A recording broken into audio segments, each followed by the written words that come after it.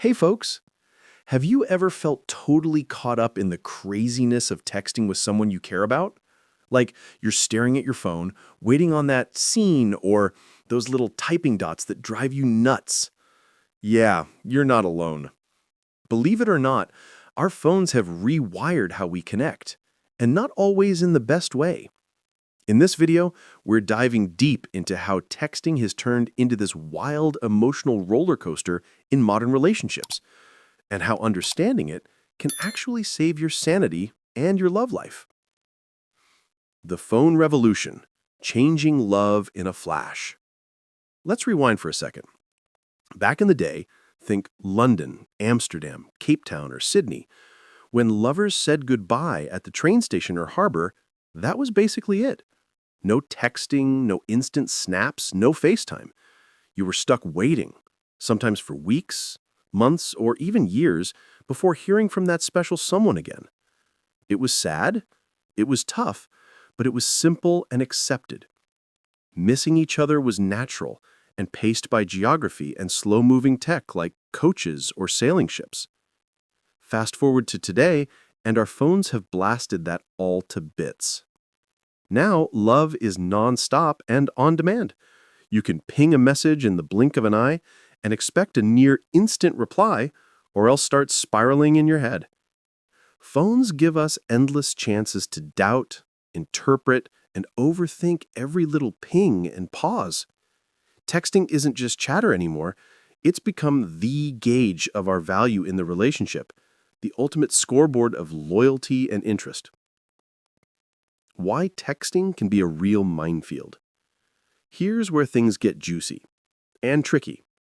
Psychology peeps talk a lot about attachment styles, basically the way we relate emotionally to others. There are two main types when it comes to texting frustrations. The anxiously attached. These folks worry if they're loved enough. They might double or triple text, obsess over why the other person hasn't responded, and overanalyze every word or emoji. The avoidantly attached. These people crave independence.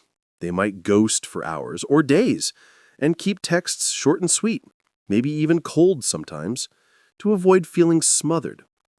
Now, throw these two in a relationship together, and you've got a recipe for disaster. One's freaking out about silence, the other's freaking out about being overwhelmed. And guess what?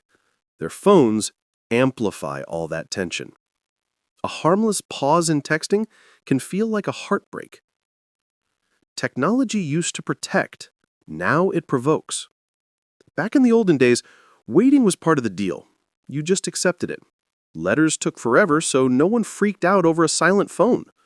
But today, the anxious mind races, why no reply at 6:03 p.m. when I texted 3 times at 5:56?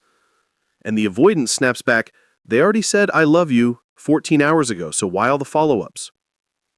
Phones don't just magnify emotions, they mess with our expectations for how love should look. The little things, read receipts, typing dots, emojis, become battlegrounds. Texting turns from a sweet way to connect into a nerve-wracking dance with lots of missteps. How to get ahead of the texting game? Here's the trick. Acknowledging that texting is no small deal in relationships. Imagine if couples openly chatted about texting habits right from the start. How often should we message? What's a healthy response time? How many kisses does a proper goodbye text need? Yep, it sounds kind of nerdy, but setting these boundaries early could save tons of headaches. And this isn't just about who texts more or less. Sometimes we text out of deeper stuff, like loneliness or old wounds from when we were kids. Some might even push a partner's buttons on purpose by ignoring their texts, as weird as that sounds, as a twisted way of dealing with past disappointments. Phones are here to stay, so let's live smart. Like sugary snacks for someone with a sweet tooth or junk food for a foodie, phones can fuel our weaknesses. For people with insecure or defensive attachment styles, phones can be a wild beast. But knowing this, that's your power move. Use it to protect yourself and your relationship. Living peacefully with your smartphone starts by being honest about how it affects you and your partner. Give yourself some credit when you manage to keep the texting calm and cool. It's no small feat. And remember, it takes steady effort to keep this balance. So, Q1. Is it normal to feel anxious waiting for a reply? Absolutely. Anxious attachment makes us crave connection, so the wait can feel like forever. It's natural, but the key is not letting it control you. Sharing these feelings openly helps. Q2. How often should couples text? There's no one-size-fits-all. It really depends on what both feel comfortable with. That's why those early conversations about texting expectations are gold. Q3. What if my partner just doesn't get why I need more texting? Try to explain your feelings calmly and ask for patience. Sometimes partners don't realize their texting style can feel like rejection. Mutual understanding is the goal. Q4. Can ignoring someone's texts be a sign of deeper issues? Sometimes, yes. It might reflect personal struggles or past traumas. If it happens often, consider talking it out or seeking help. There you have it. Our phones have flipped the dating and relationship game upside down. The simple act of texting is anything but simple, tangled up in our hopes, fears, and patterns from childhood. But with a little know-how and a lot of heart, you can master this digital dance and keep your love strong in the phone era.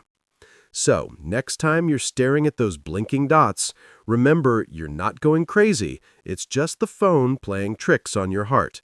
Stay cool, keep talking, and most of all, keep loving. Don't forget to hit like, subscribe, and drop your texting horror or success stories in the comments. Catch you next time.